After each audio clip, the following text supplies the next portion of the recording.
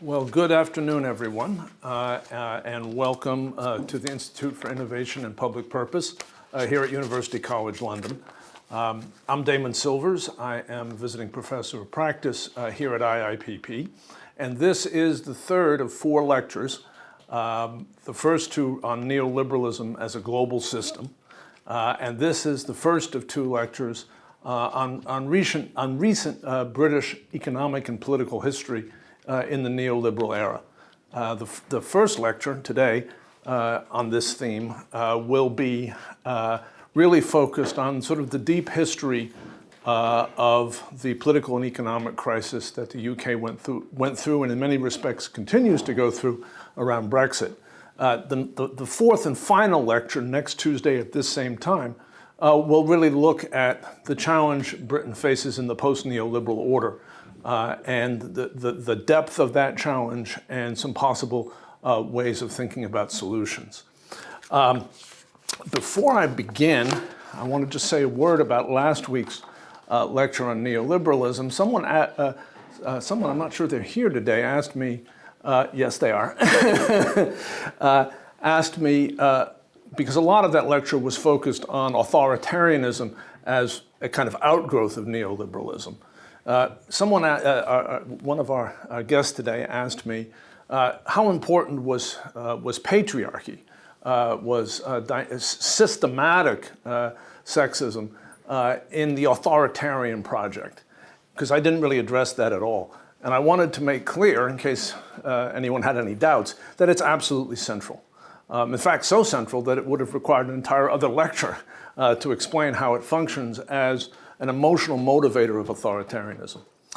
So with that note, I want to turn to today's lecture. So first, just a little context setting. Here at the Institute for Innovation and Public Purpose, we try to study the relationships between the state, market shaping, and innovation. Or as our director, Mariana Mazzucato, says, innovation is political. Now today, often we look at these issues at the IIPP in terms of particular markets, like the market for the smartphone, for example, or in a local or regional context. There have been a number of very impressive studies done at the IIPP about issues of innovation and economic regeneration in specific cities or specific regions. But this lecture is about market shaping on a very large scale. It's about Britain, a major industrial nation and the center of a global empire at the beginning of our story, interacting with global markets over a period of decades. The story I'm about to tell is a profound and troubling story about market shaping. It's about how complex and political, note the little slogan there, it's digging into the full meaning of that, in the larger sense is the process by which states shape markets. This is a story, this story of Britain in the neoliberal age, is a story that I came to in the course both of my interest in the challenge of climate change as a challenge of large-scale innovation, and also the experience of having lived in Britain during the age of Brexit, at least lived in part. And I think that the story I'm about to tell you, while it's not about climate at all, illuminates the challenge of climate change in very significant ways that we will return to next week. And finally, I want to give a huge thank you to my colleague and fellow scholar David Freeman here at the IIPP, whose work and research and thought contributed enormously to what I'm about to tell you. So just to return for a moment to what neoliberalism is, so that we're all dealing off of the same sort of intellectual frame, and to summarize the last 2 lectures. Neoliberalism is a global system that emerged out of the economic and political crises of the 1970s, which we're about to talk about in Britain. Neoliberalism harkened back to the classical liberal order of the 19th century. Its ideology is and was market fundamentalism, the idea that markets are the superior way of managing everything and should not be regulated. But its reality was a global political economy of power. And in particular, neoliberalism as a global system worked to weaken states and strengthen private power and in specifics to neutralize the state as a means for societies to shape markets. This is why neoliberalism is so important to understand in the context of the work here at the IIPP on market shaping. Now we'll turn to the story of modern Britain. Neoliberalism has an important role in the history of modern Britain. But it is, and I think it's well known, for example, that Britain was the first major economy to adopt neoliberal policies during the government of Margaret Thatcher in the late 1970s. But the story of neoliberalism in Britain and its impact on British society and economics has to be told in the context of race and empire, or else that story actually doesn't make a lot of sense. You can't figure out why things happened the way they did if you don't know this story, this interaction. And I'm going to say this several times in the course of today, but part of what these lectures are about Britain, is to center the issues of race and empire in Britain's political and economic history. Not as something happening in the periphery, but as a set of dynamics that drove outcomes in Britain itself. Now, in terms of what we study here at IIPP, it is critical to understand the story I'm about to tell as a story about innovation. Not innovation in the sense of an invention in a laboratory, but innovation in the sense of multiple attempts to try to change the entire working of a political economy, embedded in which was a number of technological changes. In many ways, there is no better time, literally, than today to tell this story, the day after coronation weekend. And just to illustrate that, I leave you with I'll begin with these two images. We're going to come back to the second one. The first image, I hope you recognize. It is King Charles and Queen Camilla sitting amidst the leaders of the heads of state, actually the heads of state and heads of government of the Commonwealth. This is a photo which many people in the last 75 years had hoped would be of enormous political meaning, and is kind of not. And that is at the center of this story. On the right is the graph that I've used throughout my lectures to illustrate what neoliberalism is. And it's a graph of economic inequality in Britain, in the United Kingdom, measured by the Gini coefficient, which is the standard economic measure of inequality. That giant spike in it that never goes away, that's Thatcherism. That's the impact of neoliberalism on inequality in Britain. And so we'll begin with those two images. I ask you to keep them in your mind as we go through the rest of the lecture. Now, post-war Britain, empire to commonwealth, the original Empire 2.0. I hope people recognize that phrase, Empire 2.0. It was very heavily thrown around by Brexit advocates in 2015 to 2019. So let's go back to Empire 1.0. In 1945, the British Empire was still formally at its peak in territory and wealth. The sun literally never set. But in reality, it was seething with unrest and demands for independence. Obviously in India, which was the empire's largest territory, but in reality practically everywhere. After the First World War, a generation earlier, in response to demands from predominantly white imperial dominions, Canada, New Zealand, Australia, Britain had created a political structure for maintaining economic integration and political coordination, even as the dominions moved toward independence. That structure was called the Commonwealth. The Commonwealth was established in 1926 for that purpose. This is a picture of the people who established it. I hope you'll notice that it's a somewhat different group of people than the people in the photo I showed you earlier of the Commonwealth today. Only white people got invited to this meeting, effectively. I think there are white people there representing India, right, which should tell you something about the nature of the meeting. The central question post-World War II for Britain was not, could the empire be preserved? No, and I'll come to the disagreements about that in a second, but most thoughtful people understood that was not really an option after the Second World War. The question was, could the Commonwealth evolve, could the empire evolve into the Commonwealth as a genuine economic and political bloc? Now, The Labour Party championed this idea. Although the Commonwealth was a Tory invention, it was Labour that formulated and supported post-World War II the idea of the Commonwealth as an independent trading being critical here to this conversation, trading and power bloc after Indian independence in 1947. Clement Attlee wrote this book, Empire into Commonwealth, just to make sure you don't miss the point. Clement Attlee, Britain's most transformative Labour prime minister, and the people closest to him viewed leaders of the newly independent countries coming out of the empire, like President Nehru of India, as much closer in spirit to themselves than, for example, the leaders of post-war Europe. The Tories under Churchill and Eden during this period in the 1950s, 40s and 50s, adopted a different approach, which was to try to preserve the empire by force. At Suez, in Kenya, in Malaysia, wars were fought, now largely forgotten. Wars were fought to try to preserve the empire long after it made any sense to do so. The backdrop of this slide is British paratroopers landing in Port Said, Egypt in 1956 in an attempt to essentially block Egyptian independence. They were utterly defeated politically and militarily. So the question of empire versus Commonwealth during this period had strong racial overtones because the Commonwealth more or less already existed for Britain's white dominions.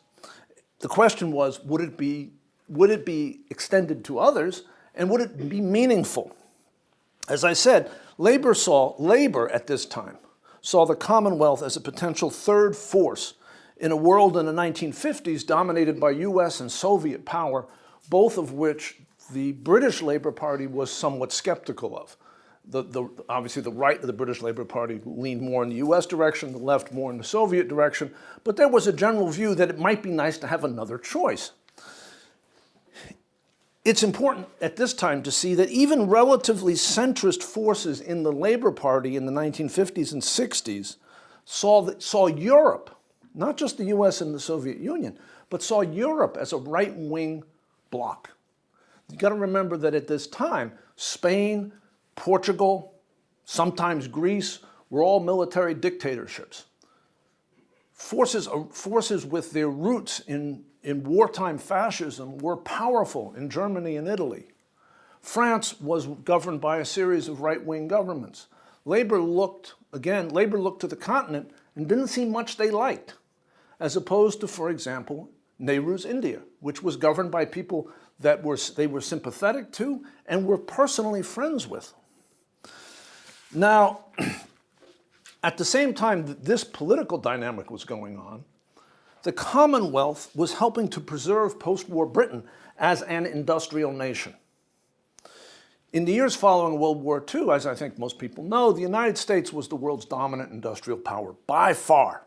Germany and Japan had been devastated by war, and China and South Korea, that play such a large role in today's industrial landscape, were at the beginnings of their industrialization, and in China's case was not participating in world markets. Even though this was true about the US dominance, the United Kingdom in the post-war era held its own as an industrial power through the 1960s. And as late as 1970, the United Kingdom was the most industrialized nation in the world, based, at least in the capitalist world. I think it's unclear how these statistics would work for, say, the Soviet Union or China. But it was the most industrialized nation in the capitalist world, measured by the percentage of the UK's workforce that worked in industry. 32% of UK workers were in industrial occupations in 1970. 8 million workers. Key to Britain's success as an industrial economy was its access to the Commonwealth as a market. In 1950, the Commonwealth and the Empire accounted for 43% of British exports. And as late as 1960, as this graph shows, the red line is the Commonwealth as a market for UK exports. The blue line is Europe. As late as 1960, the Commonwealth was the UK's largest export market. You will obviously think in your mind, was this entirely a free market between the UK and the Commonwealth? Well, maybe not, but it was critical, right, to maintaining the UK's industrial economy, which was so important in terms of both the UK's economy, its labor market, and the way its society functioned in the post-war era. Now, keep in mind these two facts. The Labour Party hoped for the Commonwealth to be both Britain's long-term market and a political and potentially military alliance, a third force in the world. Why did this not work out? Well, there are many reasons, but I want to focus on one because it seems so central to the actual decision-making of Harold Wilson, Britain's Labour Prime Minister in the 1960s.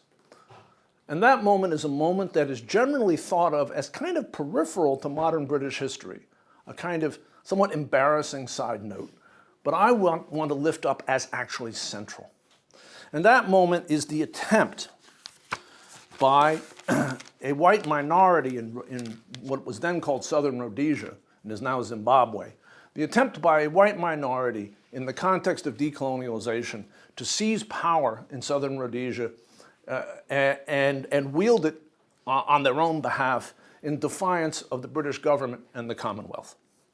So at the end of 1965, as the British Empire in Africa is essentially dissolving, Harold Wilson, the newly elected Labour Prime Minister, made clear that the British government's policy was that in relation to colonies where there were substantial settler minorities who had wielded power under racist power structures, that the British government's policy was that there, quote, would be no independence before majority rule. So that the British government was not going to grant white settler colonies independent status so they could continue to maintain racist political orders in their governments. In Southern Rhodesia, in 1965, the white settler population declared independence unilaterally. It's called the UDI, and in defiance of the British government. And they used force to maintain their rule over the vast majority of Africans that constituted the population of Zimbabwe, then called Rhodesia. After a period of maneuvering, the Commonwealth's heads of states met in Lagos, Nigeria in 1966. And the major issue on the table for this meeting was what was the Commonwealth and Britain, its major military power, what were they going to do about the white Rhodesians? Now, it's very important to keep in mind this is the African states and the Asian states attending this meeting. India's been independent for 19 years, but most of the states attending this meeting are newly independent. Right? They are just trying to figure out how to function as states. A key question on everyone's mind is this structure, the Commonwealth, a meaningful political and economic structure, or is it just something nice we do to sort of pat the British on the head? And what happens in this meeting is that a group of leaders from the developing world demand of Wilson that he use the British Army to suppress the white Rhodesians. Nehru from India, Nkrumah from Ghana, who was the first of the independent, he was the leader of the first nation in Africa to become independent of the British Empire and had a great deal of moral power. Nkrumah is in this photo. The new president of Nigeria, who was also in this photo, newly independent. The meeting, of course, is held in Lagos. And what happens in this meeting is that, I'm just going to go back a second, these people's successors, New Zealand, Canada, Australia, block. They say, nothing doing. We are not sending the army against the white settlers in Rhodesia. And they get support from the British tabloid press. Wilson leaves this meeting. Wilson concludes from this meeting that he can't do it. He can impose sanctions, but he can't send in troops. And he also concludes from this meeting that that's not going to be good enough. And that the people he is looking to and the nations he is looking to form Britain's third force in global affairs, and Britain's industrial market are not going to find that good enough. And they are likely to go their own way, to the non-aligned movement that was in formation at the time, to the Americans, to the Russians, somewhere else. Now, before I move on from this, I just want to note that this moment is also the beginning or sort of the middle of the terrible tragedy of what the West did to post-colonial Africa, which is a subject beyond what I can talk about today.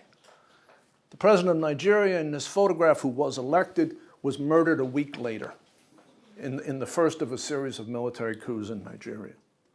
Right? The blood that flowed after this as the West attempted to maintain control over Africa during nominal independence is unfathomable, and it's worth another day. But today, so I just want to note that as we move on from here. And by the way, that's not just a British story. That's an American story, and a French story, and a Belgian story, and a Portuguese story. But what Wilson does is Wilson concludes that the Commonwealth is not going to make it. That Britain cannot center its economic strategy going into the sort of post-war era on the Commonwealth. And Wilson had been, as I said, a Eurosceptic. Now remember, this is the pre-neoliberal era. Wilson is a believer in nationalized heavy industry and in a degree of central planning. Wilson thought that the common market, the predecessor to the European Union, was, quote, anti-planning. And in the pre-neoliberal era, in the British Labour Party, being anti-planning was a bad thing. And so Wilson began as a Eurosceptic, but literally weeks after the Lagos meeting, he instructs his trade team to open negotiations with the common market, and particularly with de Gaulle in France, who had blocked a previous British application under the Tories. In 1967, at Wilson's direction, Britain makes its second application to join the common market, and the first application made by a Labour government, the first application with Labour's support. Although de Gaulle, being de Gaulle, vetoed the next application, the pattern was set that led to essentially there being a consensus in British politics in the 1970s that Britain should join Europe. And that leads to the kind of wild spectacle of Harold Wilson below and Margaret Thatcher above jointly campaigning for the passage of the referendum on joining the common market in 1975, which in fact does pass. Critical to understand, though, that joining Europe was a conservative agenda prior to 1966. Wilson chooses to go into Europe when he concludes that he cannot hold together the Commonwealth as a third force. And the reason he can't is race. And the impossibility of getting out of the legacy of empire and the racism that underpinned the empire as ideology.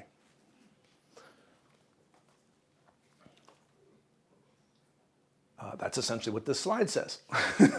But I will repeat it. The events that occurred in Harare, in Zimbabwe, and in Lagos in 1966 are not marginal events in British history. They are central. They help determine the zones of possibility for British industrial strategy and economic development in the years to come. And I think, this talk has two core ideas. That's one. We'll come to the next a little bit later. And there are an example, and we'll come back to this, of the fact that racism as a political force in British and Commonwealth societies has consistently operated in the modern world to undermine British aspirations to a larger role in world affairs and to constrain British policy choices in ways that have ended up being quite important and destructive. Now, Britain had a second problem. If the first problem was markets, right, that's basically the story of the Commonwealth. The second problem in the 1960s emerged as industrial competitiveness. By the mid-1960s, both Japan and Germany had regained much of their pre-war strength as industrial economies, and other major European economies were enjoying prolonged rapid growth. Something that there's increasing focus on today in looking at this history is the extraordinary growth in Italy and to a lesser degree in France. Britain now faced multiple industrial competitors whose companies had new plant and equipment. Britain's plant and equipment was, in many cases, pre-war. And then there was a second issue. Britain's system of industrial relations was dominated by patterns of sort of an industrial sociology, not just pre-World War II, but pre-World War I. A pattern of understandings between management and skilled workers that really preceded the modern integrated industrial corporation and meant that there was a lot of shop floor conflict and no real integration in shop floor decision making between skilled workers and mid-level management. There's a wonderful discussion about this in a book by the economist Bill Lazonick called Shop Floor Competitiveness. It goes into it in sort of endless detail. In Germany and Japan in the post-war era, there were strong unions, as strong as in Britain, but the way they functioned industrially was different. They had systems of collaboration between labor and management that helped fuel higher productivity and higher quality when combined with brand new equipment.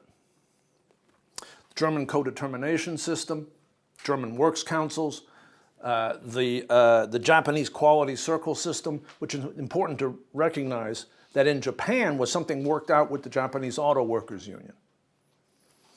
This combination put enormous competitive pressure on British industry. For those of you who are not car fans, these are iconic brands of the 1960s and 1970s in British automotive. This is an Austin, the top car is an Austin, famous for its quality problems.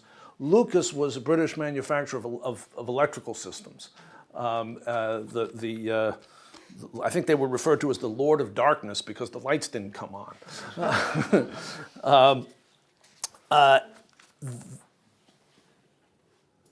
These kinds of issues began to surface in the 1960s. By the mid-1970s, they were causing a dramatic decline in British industrial competitiveness.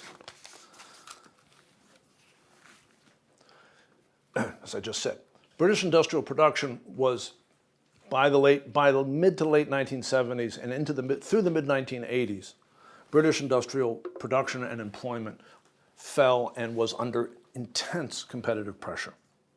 And it was particularly strong in industries that were high value added and high wage.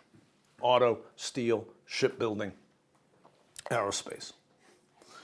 All industries in which Britain was a major global competitor 15 years earlier.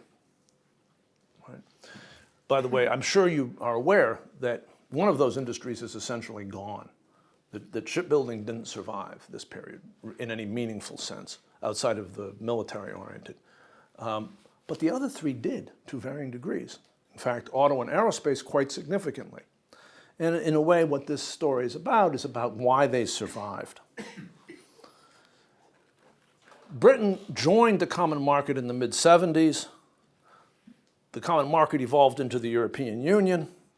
And British industry in the 1980s integrated with European supply chains. And British firms in these spaces were taken over substantially, not entirely, but substantially taken over by global firms, which even if they weren't German and Japanese, were using German and Japanese production systems and systems of quality control. This led to a significant rebound in British industrial production. Now, the graph here, unfortunately, is hard to read, but what it shows is auto production by units. And it shows that British auto production in the early to mid-80s was down to close to 1 million units, but that later, after the mid-80s, through to the mid-90s, it doubled. It doubled from just over 1 million to close to 2 million units per year. And the other line is GDP growth. Right? GDP growth is all over the place, but auto production just keeps rising. Now, why is that?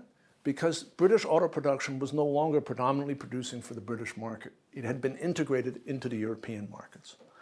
And what is both a symbol of this and the thing in itself is Nissan's gigantic auto production facility in Sunderland outside of Newcastle. By the way, people who are from Sunderland will be offended that I say it's outside of Newcastle, but down here in the south, maybe nobody will notice. It's a huge plant, 60% of its production. It's the largest auto plant in Britain. That one plant produces more cars than all of Jaguar, Rover, et cetera, the sort of traditional British marques. 60% of its production is shipped to Europe. Now, we're going to come back to Sunderland in a moment. It plays an ironic role here, but the Nissan Sunderland plant had Japanese production systems all the way through, brand new equipment, huge scale, total integration with Europe, meaning that the parts that are put together in that plant go back and forth across the channel. Right? That plant isn't a standalone auto industry. It's integrated with factories all over Europe.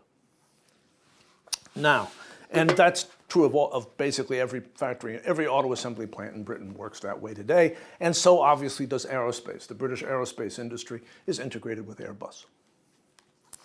Now, this is a fundamentally different British industry than the one Harold Wilson was thinking about in 1966. As I said, owned and controlled by foreign firms, part of larger European production systems, selling to European markets. But most importantly, in the long run, it is managed using neoliberal versions of the German and Japanese production systems. The German and Japanese production systems are not inherently neoliberal themselves. They were worked out through collective bargaining with unions and are part of high-wage industrial economies. But in Britain, they were implemented in the context of the larger neoliberal project of the Thatcher government.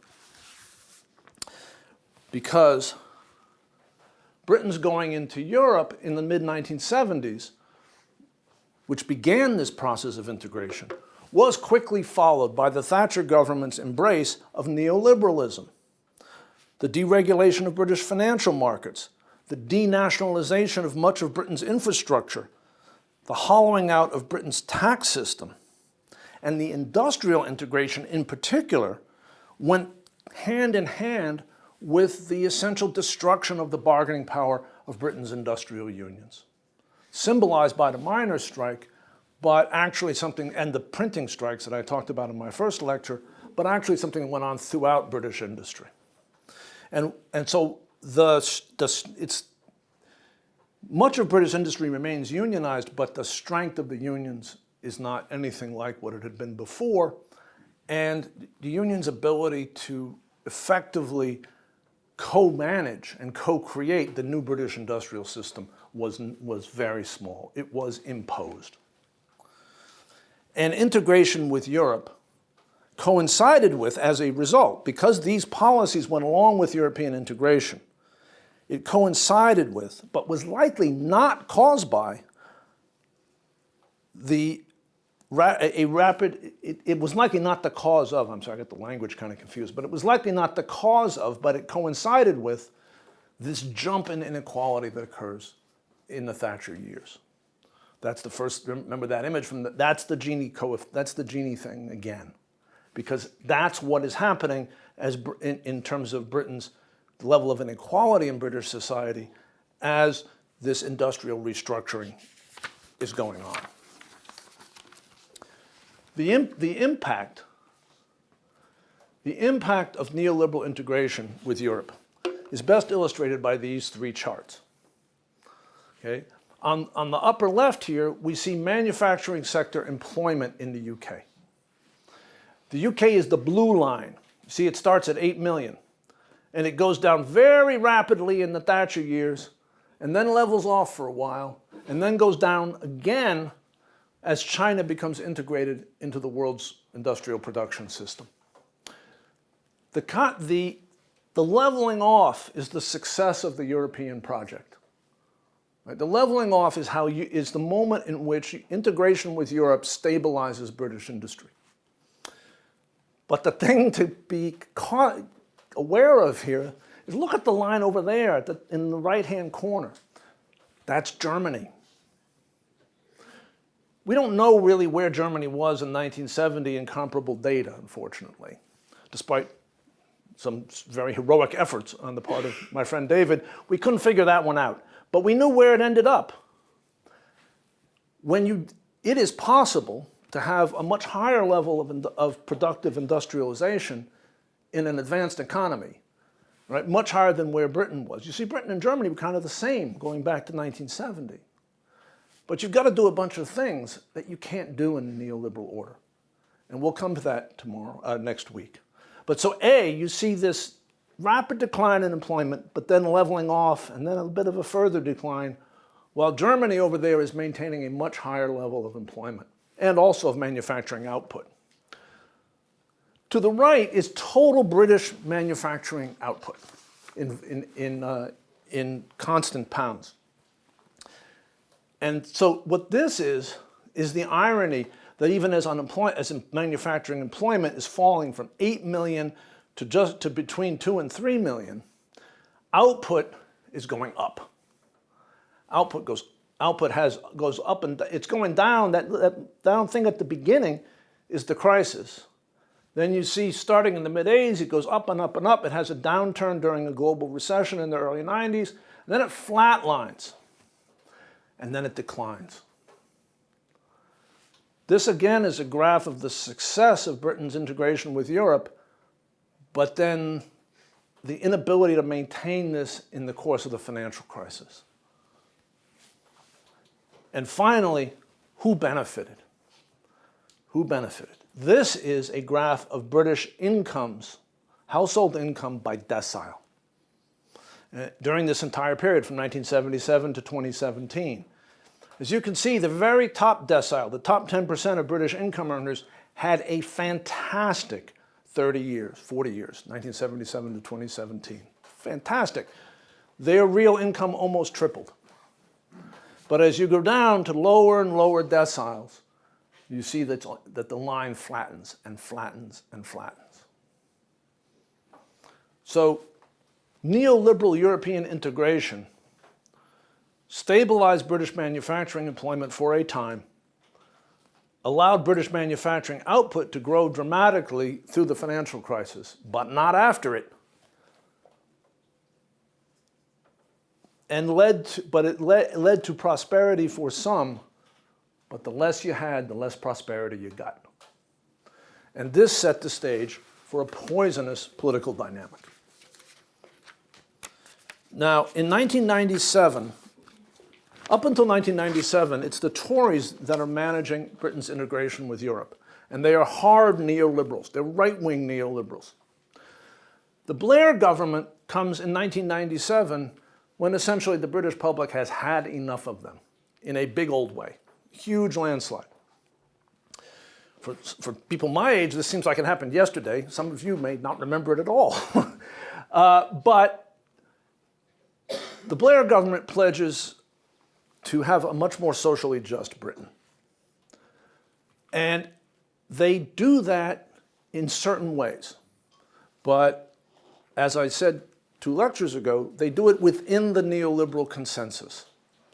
So what the Blair government does is they have very significant growth in social spending policy, very large investments in the NHS and in state education spending. And it produces significant results in terms of things like wait times and academic achievement. There's no question these policies were quite successful, and particularly compared to what we see today, which we'll talk about next week. The Blair government also introduced Britain's first statutory minimum wage, which was a huge fight that was viewed by worker advocates as a big victory. But at the same time, the Blair government broadened and deepened financial deregulation, expanding the size of Britain's financial sector significantly. It had been expanding earlier. They didn't start this, but they accelerated it. Growth in the financial sector significantly contributed to the tax base that supported increased NHS and state education spending. All right? This is a kind of devil's bargain. Trade union membership. Trade union membership in the public sector grew because employment in the public sector grew. NHS, education, other aspects of the welfare state were largely unionized. But there was no significant trade union revival in the private sector, in the industrial space, nor was support for trade union organizing in the industrial space or in the service space, I should add. Nor was there significant support for trade union organizing in the private sector as an important feature of the Blair administration, the Blair government's priorities. Obviously, if Tony Blair was here today, he would say that he was all for workers having the right to organize. I'm not saying that he wasn't. I'm saying it wasn't a priority. And the result is that if you look at union membership over time, this is a graph going back to the 1950s. That spike is in the late 70s.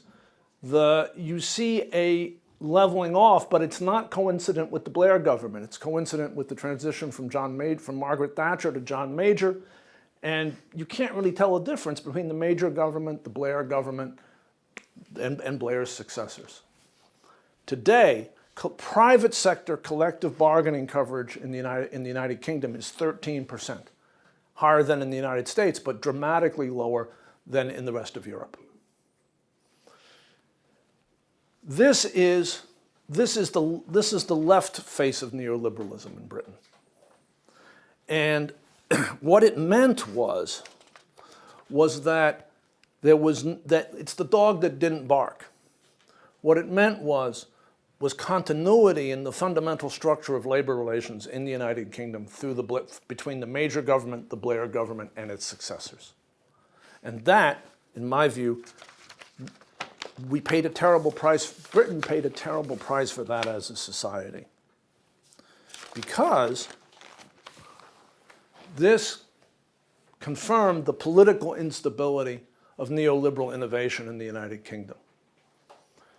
By the time of the financial crisis in 2007, after China's entry into global markets with its consequent further impact in terms of deindustrialization in Britain, British industry had gone through profound structural change. There had been a dramatic decrease in the number of industrial workers in this country, from 8 million to between 2 and 3 million. There had been a dramatic change in who owned British industrial enterprises and how they were managed. But it was a change that was largely imposed on Britain's industrial workforce. It was not co-created. It was not negotiated. It was imposed. And not just on its workforce, but on its industrial communities. On all kinds of places throughout this country where industrial production was the core of communal life. And on top of that, it turned out, over time, that although the EU was very proud of the degree to which it was not just a trade agreement, but political and social integration, it turned out that in the details of the way the EU functioned, in particular in labor markets, was more neoliberal than it appeared. And in particular, there's one provision that really strikes me, which is that EU rules allowed European contractors from low-wage countries to operate in the United Kingdom, meaning to put people to work in the United Kingdom, and for that matter anywhere else in Europe. This wasn't specific to Britain, but allowed them to be put to work at the minimum wage of their home country. Romania, Poland, Bulgaria. So that if you went to a building site, if you were a British citizen, you were working under the British minimum wage. If you were a Polish citizen, you were working under the Polish minimum wage, if you were working for a Polish contractor. Now you can imagine the kind of corrosive impact this had and how people perceived it. And so, if you add these things up, right, when the financial sector ceased to be a source of economic growth post-2008, there was no support for Europe in Britain's industrial communities. even though European integration had essentially saved British industry and saved those industrial jobs that had remained, which were quite significant. This, I think, this is a graph that, again, I give huge credit to my colleague, to David. This is a graph that shows something really profound.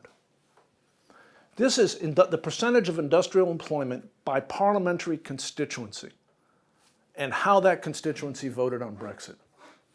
And if you look at it, you will see, if you look closely, you will see, right down the middle is 50%.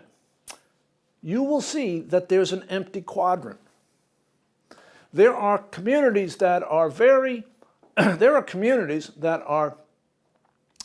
low industrial employment, some of them because they're predominantly service sector, some because they're predominantly agricultural. And they vote in all kinds of different ways on Brexit. But there is no community in Britain, there is no parliamentary constituency in Britain where the workforce was more than 25% industrial that voted to remain. And there are only two where the workforce was 20% or more industrial that voted to remain. Industrial Britain was solidly, not majority, effectively, unanimously anti-Europe. Right? And but for this fact, there was no way that Brexit would have passed. Brexit passed by a small margin. This is an overwhelming fact about the British electorate that voted for Brexit. And in order to understand it, you need to understand this issue of imposed change. Not negotiated, not perceived as mutually beneficial, but imposed. And this goes back to my prior lectures about neoliberalism as a system of power. Not as a system of freedom, a system of power. Now, I want to make a broader point here that, again, is so broad that it would take another lecture to get into in detail. But remember that I started talking about how racism closed off options for Britain economically in the 1960s. Racism continues to work its way in the history of modern Britain after that period. And there is no question that anti-immigrant sentiment and opposition to the European Union's freedom of movement policies played an important role in the rise of the Brexit movement and the ultimate construction by those political actors that wanted Brexit, the ultimate construction of a Brexit majority. And there is some anecdotal and polling evidence that some of that anti-immigrant sentiment was actually more driven by opposition to immigration from former colonies, right? Which takes you back to the Commonwealth in the 60s and the right-wing press and opposition to action on Zimbabwe. That some of the vote for Brexit was actually driven more by opposition to immigration from former colonies than opposition to immigration from Europe. The niceties of immigration policy that Britain's involvement in Europe was really about immigration within Europe, not from outside Europe. The niceties of those things were lost on some voters. There is evidence. And the general rhetoric of a vote for Brexit as a vote against immigration seems to have motivated at least some people. And most tellingly, and I'm going to come back to this in detail next week, post-2015, successive pro-Brexit Tory governments have struggled to find the new trading partners they promised they would find that would give rise to the great prosperity that would follow Brexit. They have struggled to find these new trading partners in the context of both actual British immigration policies and conservative anti-immigrant rhetoric. It is very hard to make a trade deal with somebody whose citizens you are demonizing in your domestic politics.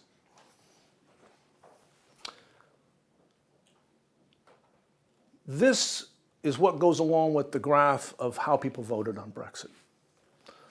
In 2019, when Boris Johnson was promising he was going to get Brexit done, I had a conversation with the senior organizer of one of Britain's largest industrial unions. And he described what the conversations were like about, quote, getting Brexit done in branch meetings, trade union branch meetings. And he would say, the members would begin by complaining that Brexit was taking too long and that too many labor leaders were Remainers. Then the national rep for the union would explain about the implications of Brexit for the branch's employers, for the factories they worked in, nearly all of whom had European supply chains and customers. And then inevitably someone would say, well, if you knew that, why didn't you tell us? Why didn't you tell us?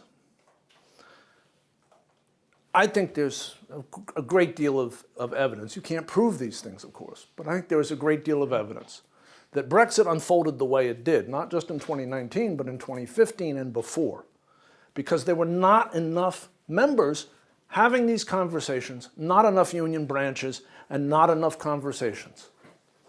That too much of the electorate was having no trusted conversation about how Britain's economy actually worked after a period in which industrial change had been imposed on them by force. I don't mean literally force, but by a combination of political, economic, and sometimes physical force. It's the empty chairs, right, that tell this story. Now,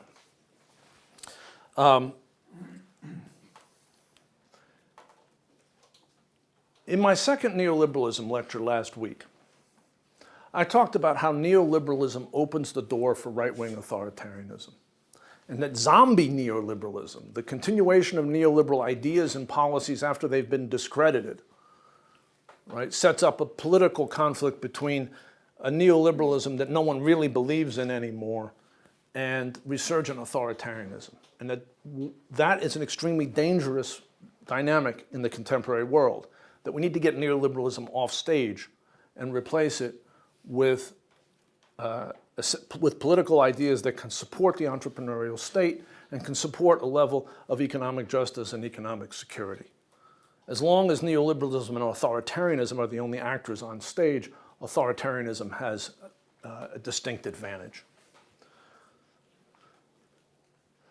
The history of Britain's efforts to craft a post-imperial economic strategy is in many ways the story of how neoliberalism opened this door. It's also the story of illusions. The illusion that an empire built on racism could be severed from racism without anybody actually having to take any risks or fight any fights. The illusion that the British public, and in particular Britain's industrial communities, would support an economic strategy, European integration, that had largely been imposed on them without their engagement or consent, and which a small minority, a small affluent minority was benefiting disproportionately. The illusion that that would hold together politically. Brexit Brexit, the failure of the strategy of European economic integration for Britain, the political failure of that strategy, and the prior political failure of the Commonwealth. But particularly Brexit is to a significant degree, let me put it this way, the failure of the Commonwealth is the failure to understand that it wasn't enough to grant formal independence and to hold a bunch of meetings, that you actually had to take on the embedded problem of racism in the imperial structure. That's what the failure of the Commonwealth was about. And the fact that Wilson, who actually kind of wanted to do it, who articulated the principle of majority rule, couldn't prevail over the politics of white power within the post-imperial, within the British Empire as it was transitioning out of being an empire. But Brexit is the story of how a neoliberal strategy for reviving industrial competitiveness opened the door for a right-wing counterattack on the very idea of Europe. A counterattack that, at least for now, succeeded. Now, in the aftermath of the 2008 financial crisis and the passage of Brexit and its implementation in the way that the Boris Johnson government implemented it. Britain has endured 15 years of economic stagnation, an economic record that has no counterpart in the developed world. Next week, we will discuss in detail the nature of the economic trap, some of whose origin we discussed today. We'll discuss in detail the nature of the economic trap that the failure of the Commonwealth, the failure of European integration as a political proposition, and the failure of financialization has left the United Kingdom in. Next week, I'm going to focus much more on financialization, which is another sort of angle on the neoliberal era. The trap that the United Kingdom is in, which has produced 15 years of stagnation, and some ideas about how Britain might escape that trap, how Britain might move beyond neoliberalism and find a sustainable path to a new era of prosperity, a sustainable path economically, but also a sustainable path politically. So that'll be next week, and I hope you'll be able to join us then. With that, thank you so much for your patience, and maybe we can take some questions.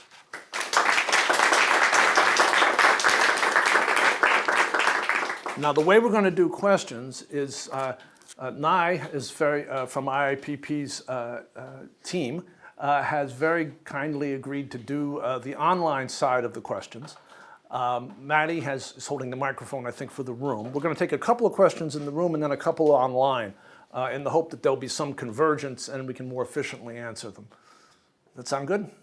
All right, so if people have questions, please raise your hand.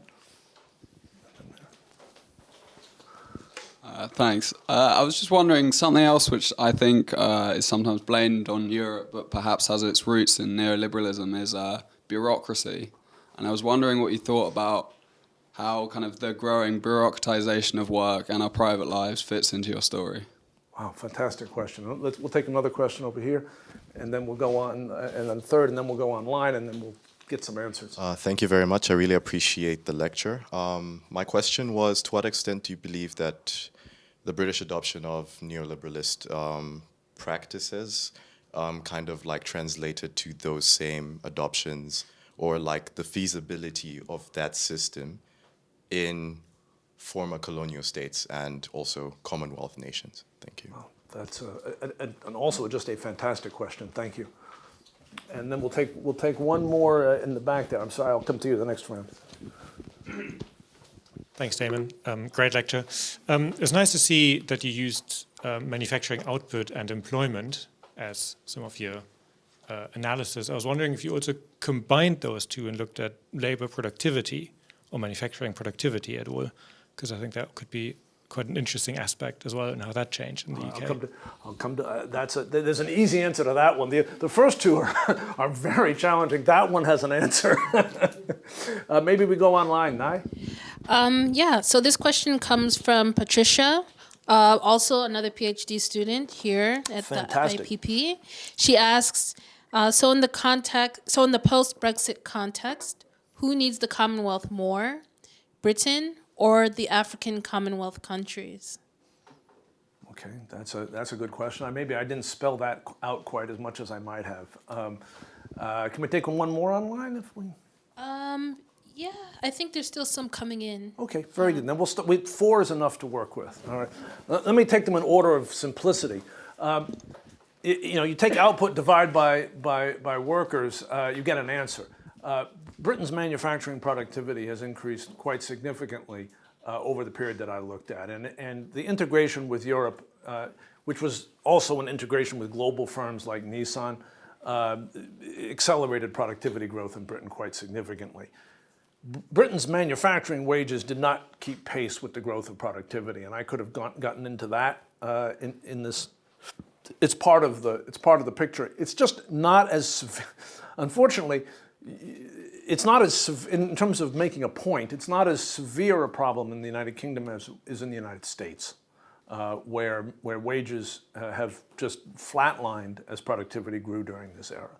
I think it's quite clear that Britain is not the most neoliberal country in the world in terms of labor markets during this period.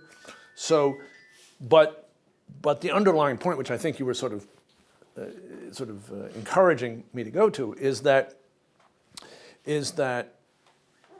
if you think about labor productivity, European integration was part of a process that was effective, but it wasn't socially supportable the way it was managed. And I think it's important. The irony is that it was substantially managed by German and Japanese firms whose industrial production systems in their own country are extremely socially supportable. And so you have to ask, is this about German and Japanese production techniques, or is it about something about the way the political economy of Britain during these years? And I very strongly believe it's the latter. Bureaucracy.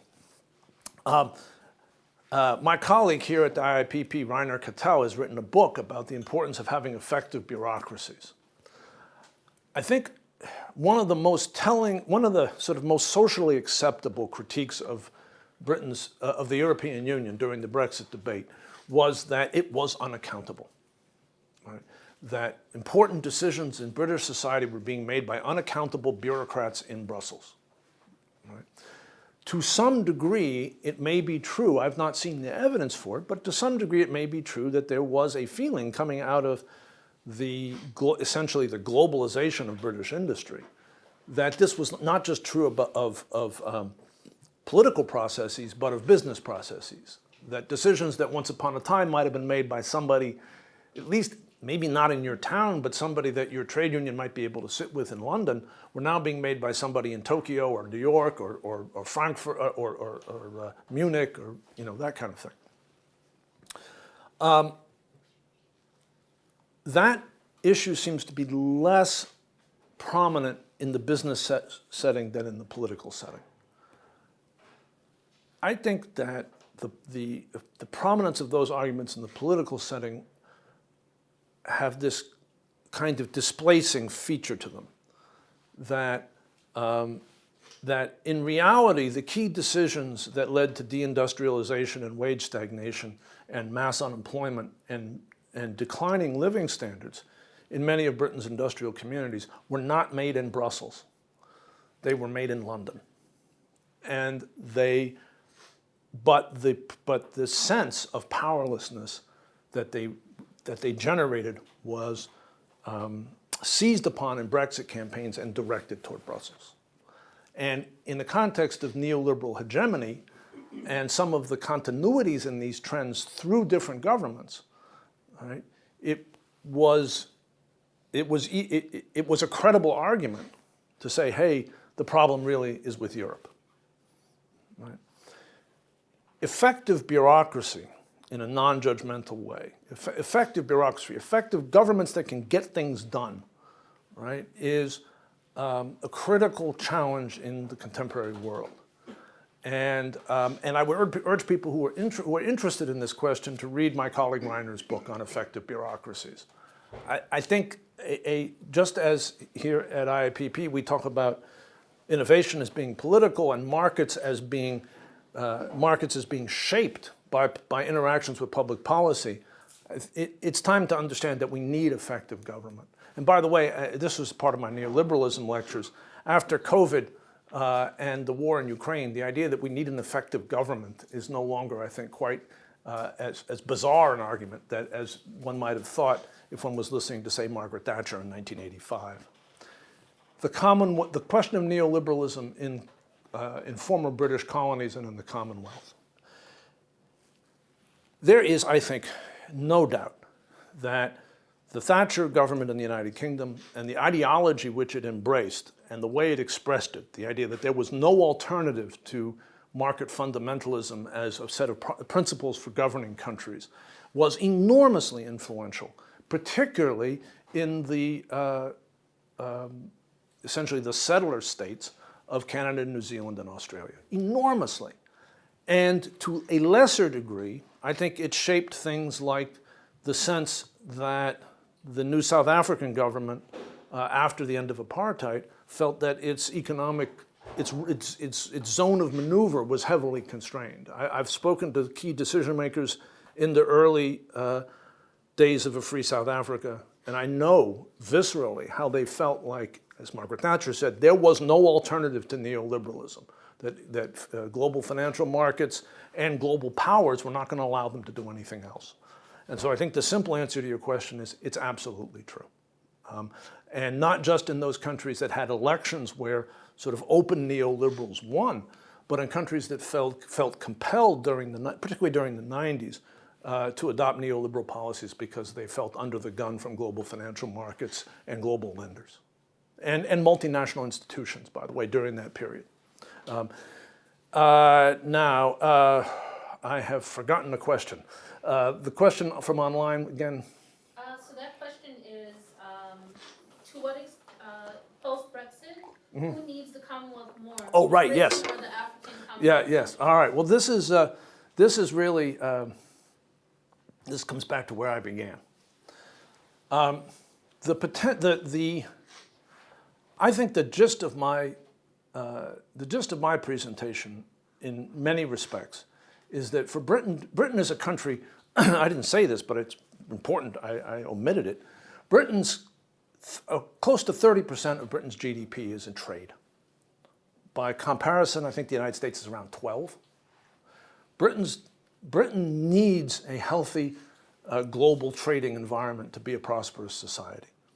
And in today's world, the way the global trading system is developed, and again, this is about neoliberalism as it actually is, not neoliberalism as it was marketed. The global trading system is substantially made up of gigantic trading blocks. Europe is one such block. The North American free trade, what is now called the USMCA, the successor to the North American Free Trade Agreement, which I talked about in my last presentation, is another giant trading bloc. China, its Belt and Road Initiative partners, is essentially another huge trading bloc. The Commonwealth remains a potential trading bloc for the United Kingdom, but potential in the sort of in the most hopeful sense. Right? And so in a sense, one might say that the United Kingdom needs the Commonwealth more than some of the Commonwealth states may need the United Kingdom. On the other hand, I personally find something very sort of tragically attractive in the vision that people like Harold Wilson and Clement Attlee had. Right? I'm not sure it has any realism today, but in a very tough world, right, having alliances of countries that are committed to common values of social solidarity and democracy would be a very good thing. Is that a realistic vision for the Commonwealth? I think there are other people who would know better than I. We have the questions in the room. I think you were next. Thanks. Just a question. Thanks. Hi. With Harold Wilson what's your reading of why the politics was too difficult for him to go any further at that point? And what's your reading of those issues as they present in Britain today? Wow, wonderful question. Thank you. But let's get a couple more right here and then there. Thank you for the lecture. This is slightly off topic, but why in some cases exposure to global trade was beneficial for industrialization, whereas in other cases it wasn't? For example, at some point you showed China. Yes. Yeah. Wow. All right, that's a small question. There's an enormous literature on that one, but I'll try my best anyway. Over here. Thank you for the lecture, and I hope my question, I think it will be very straightforward too. So in one of your slides, you mentioned that there was a significant decrease of industrial work, so from 8 million positions to 2 million, and this was due to a structural change, and that this change was imposed to the UK. So what was this change, and why the amount of jobs have decreased so much? And the reason why I'm asking that is because at the same slide you put that British workers, they were competing with these European workers, and normally the social perception is that, oh, they're here stealing our jobs, but actually someone is taking their jobs away, and why we don't complain about the 6 million positions that have been taken away by the industry, and we decide to complain about the workers who come from poor countries. Yes, that's a great question. Nye, do we have anything online? All right. So this question comes in from Honest in Zhao, who asks, to what extent has Britain failed to take advantage of its new status as a non-EU member, such as by reviewing its economic bilateral engagements and retargeting of its foreign direct investment flows in former colonies? Great question. All right. Do we leave it at that? Or Do you want? I can ask yeah, another one, or I can wait? let's ask another one. I Yeah? want to make sure we're Okay. fair to the folks online. And this one comes in from Anonymous. Given how close the referendum vote was, to what degree did the Remain group play a role in delaying changes, which, if adopted on time, then perhaps the same would have yielded tangible outcomes to reverse the current trend? Okay. All right. Let me see if I can remember them all. I'll call upon people if I forget. Let me start with Harold Wilson. And I just so appreciate the question because it sort of obsesses me, this issue. What if? What if, not just in the particular case of Zimbabwe, but what if there had been, in a larger sense, a different approach by the former colonial powers to their colonies in Africa as they became independent in the 1960s? That larger question, I think, it's very hard to imagine. It's very hard to kind of, one runs the risk of being fanciful. But I think with Wilson, I think it's very clear what the issues were. He was seeking to maintain the relationships that he had with, I think, what were always perceived for all kinds of reasons, including racist ones, as Britain's core allies, New Zealand, Canada, and Australia. And they did not want to have British troops deployed against white settlers in Rhodesia, which was the issue. Right? There was a second question, and there was an interplay between. Remember, the white Rhodesians were British. They were mostly people who had come from Britain, and not that long ago. They had relatives in Britain. They had political connections. There was British capital. To the online point, there was British capital invested in white-owned enterprises in Rhodesia. And those people were wired into the British press.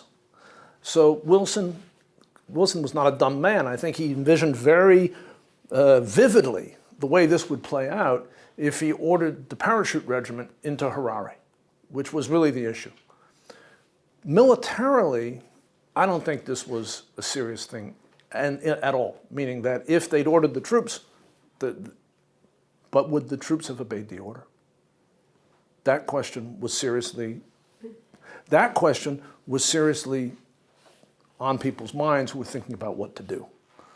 Right? Because you essentially would be asking them to shoot white Rhodesians, but actually to shoot British settlers in Rhodesia. A very tough order. I think Wilson felt that he could get sanctions, and he did, but that he couldn't get troops. And for Nehru in particular, I think Nehru and Nkrumah, these were the critical actors. I think they looked at that and they said, this is nice enough, but this isn't serious.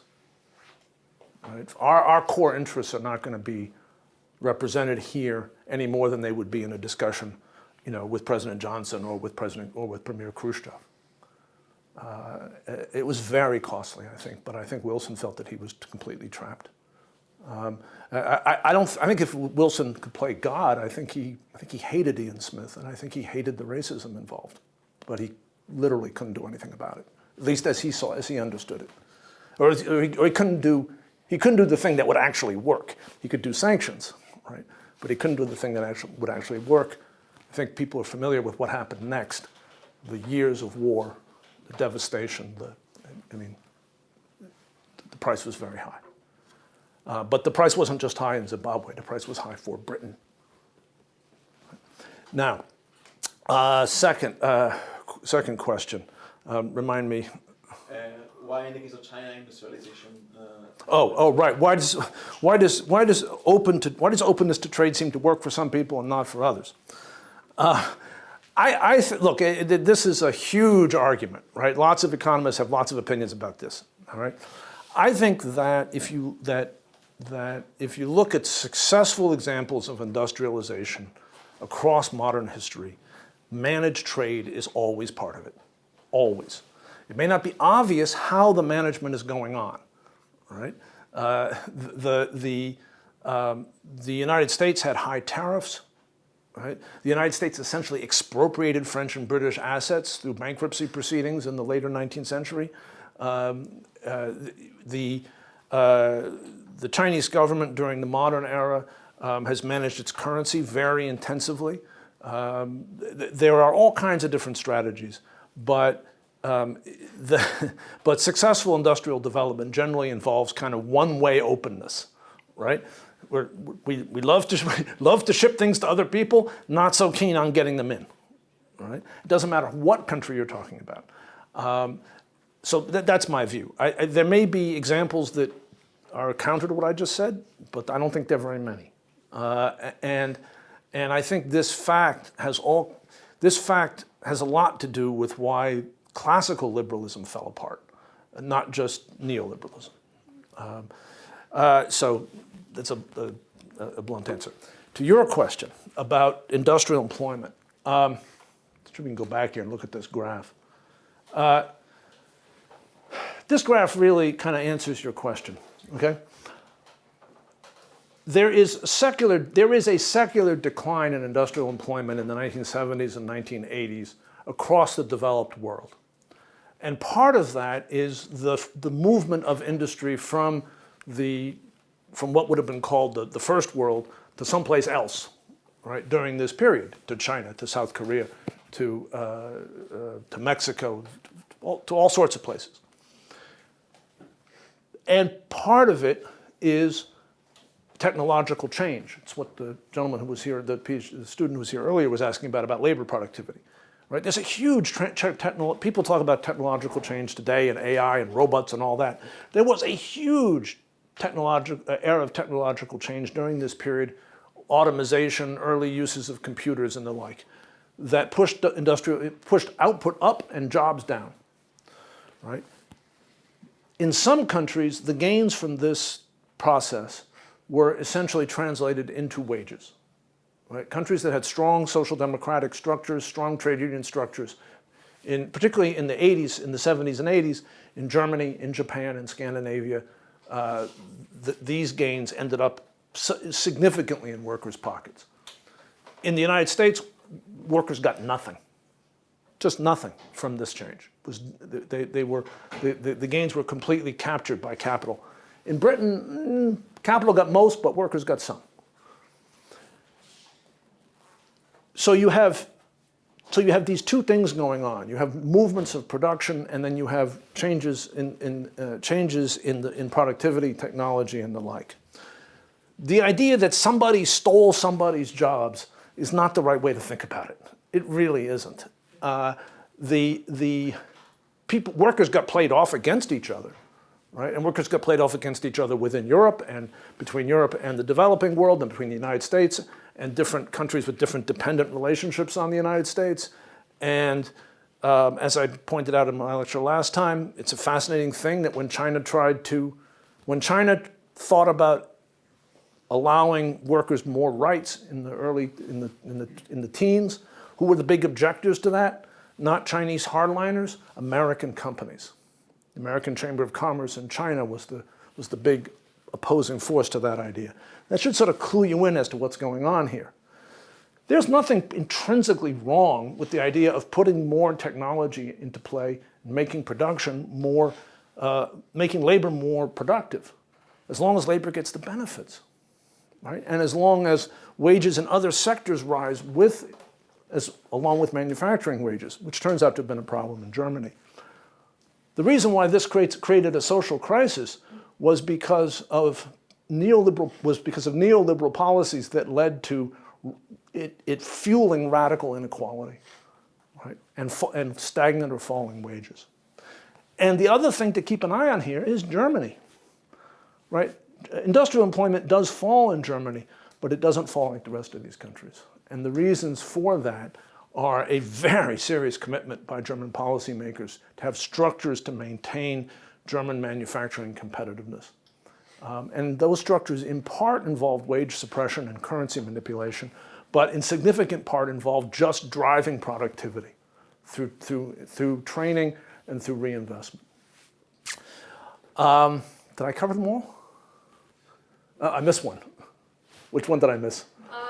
For this one, it was, I think, this one was given how close the referendum vote was. Oh, right, yes, I'm sorry, Nye. All right. I'm going to kind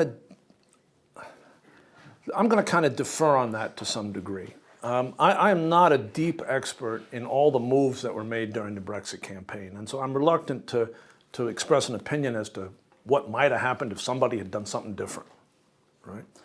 I do think, though, and the point of my lecture is this, one of the two big points of my lecture, remember I said point one is that racism really mattered in British history, in modern British history. It helped shape the possibilities, the economic possibilities for Britain in a huge way. That's point one. Point two is it really mattered that Thatcherite neoliberalism managed the process of European integration, and that no real effort was made to reestablish industrial workers' voice in this country when there was a chance in the 90s and early 2000s. That really mattered in terms of the political stability of Britain's participation in the European Union. Those are my two points. All right? And so, what I'm going to sort of reiterate in response to that question is that I don't know whether there was something that could have been done at the last minute in 2015 to alter the results of the Brexit referendum. My feeling is that it was kind of baked in, but that it easily could have been avoided had there been a different approach on the part of people who had political power in Britain over the prior 20 years to the question of workers' rights, of unionization, of economic inequality, not of participation in core economic strategy, to use a term from IIPP, co-creation. Right? The people who worked and lived in Britain's industrial communities did not feel they were in any way involved in a process of co-creation during this period. And if they had been, this goes back to my empty chairs, if they had been, the logic of how integration with Europe had actually saved British industry from oblivion, essentially. The logic of that might have been persuasive. How are we doing? Are we running out of time? Do we have any more questions? Here, yes, sir. Yeah. The big question that the big question that I would like to ask you, Damon. Thanks for your talk. I was fascinated here that the EU was more neoliberal than they appeared. But the big question that I have is the Eastern Bloc countries. Ah. Yeah. Now, this is what, to some extent, played a massive impact at this period in time. And the effects of it today are absolutely blistering. When Ronald Reagan went to Gorbachev and he said, "Mr. Gorbachev, tear down this wall." He opened up free movement for previous communist regime.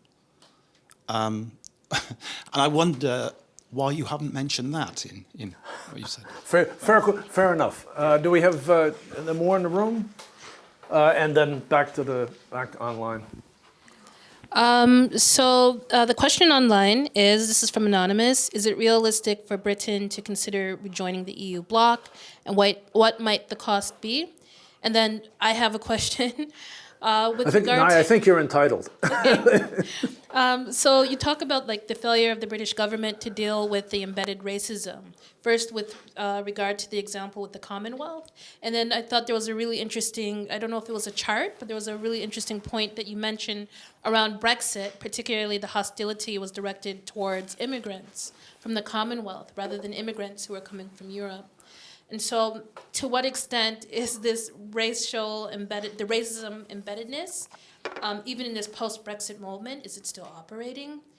What can we do to change that? And does the entrepreneurial state concept deal with that effectively?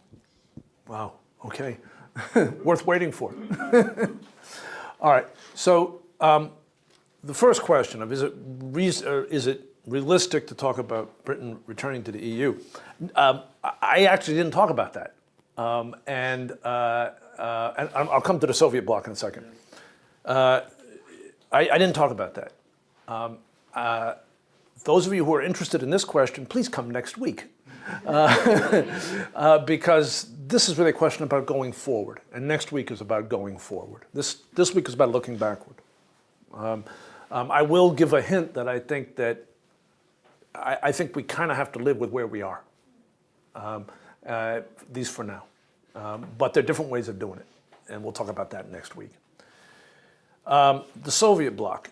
I discussed this a fair amount in my first lecture in terms of the evolution of neoliberal hegemony in the 1990s and the importance of the collapse of the Soviet Union, the reunification of Germany, and the sense after that was very present throughout the world that, as I said before, in the phrase of Margaret Thatcher, there is no alternative. Right? History is over, there's no more ideology, there's just neoliberalism, and that's it. There's left-wing versions and right-wing versions, but that's it.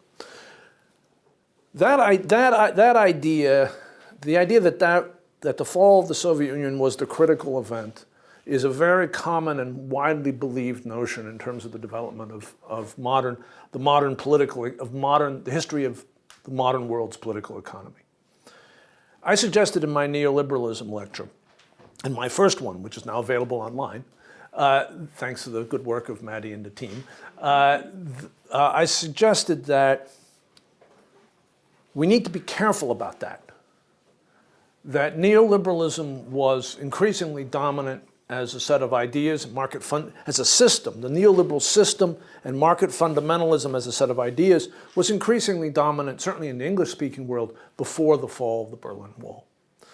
And also that we have to be careful about neoliberalism as a system as opposed to market fundamentalism as an ideology.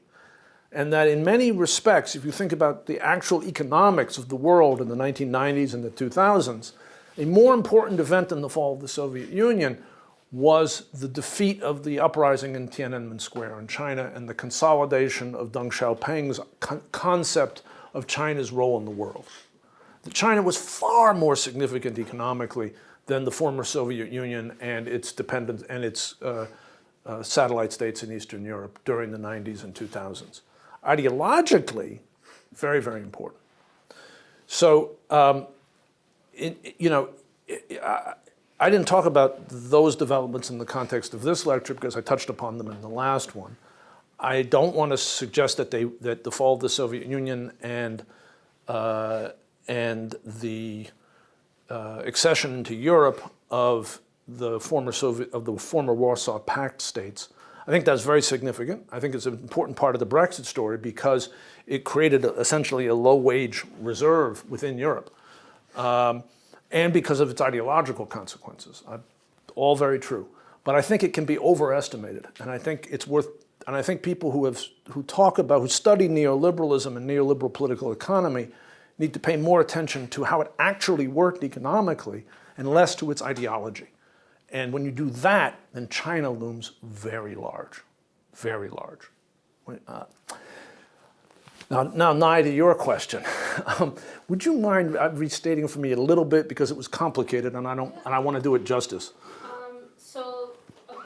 The failure of the British government to deal with the embedded racism. Yes.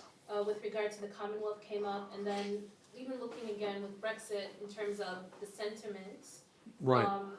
where This. it was primarily directed towards immigration that was coming from the former colonies rather than immigration from Europe.